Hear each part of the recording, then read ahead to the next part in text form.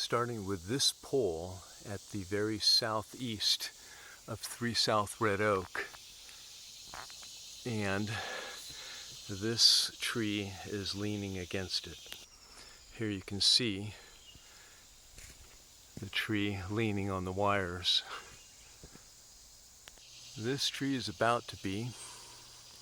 The next lot, the tree is touching the wires, not leaning, but touching. Here you can see how the branches have grown over the fence line. This pole, 16052, has a cedar, a dogwood leaning into the wires. Not leaning, but touching.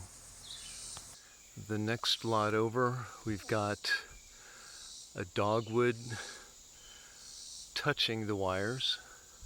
Here's a dead cedar that is touching the wires. Here's the dogwood I mentioned earlier. The center of the lens is the wire.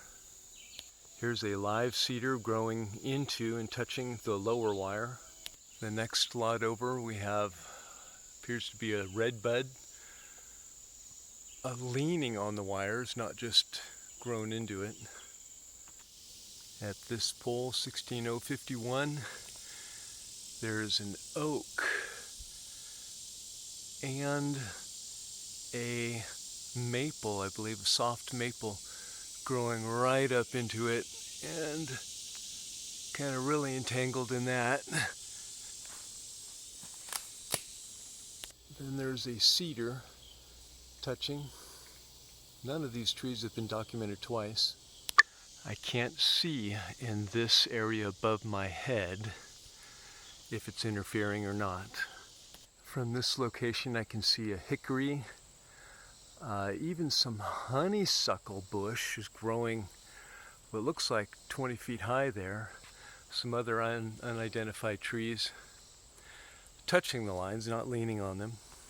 At this power pole 15500, the foliage is growing into the wires.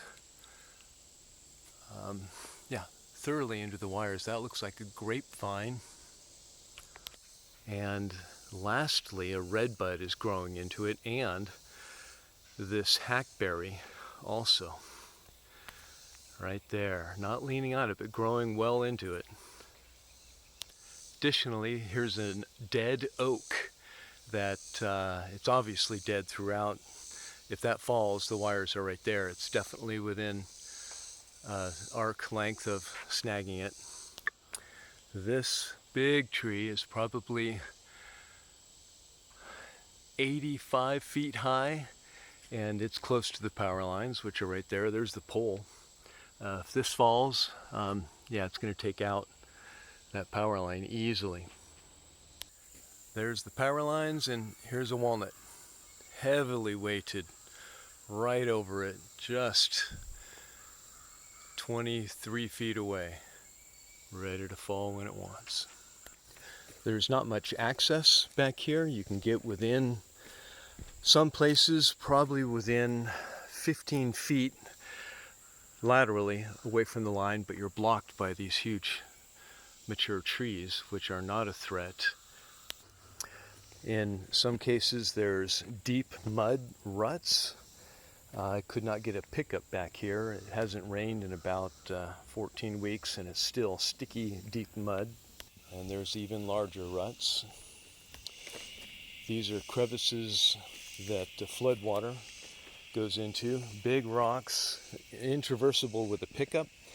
A four-wheel drive, maybe about 30 feet from the power line, linear direction. The other side is fairly accessible.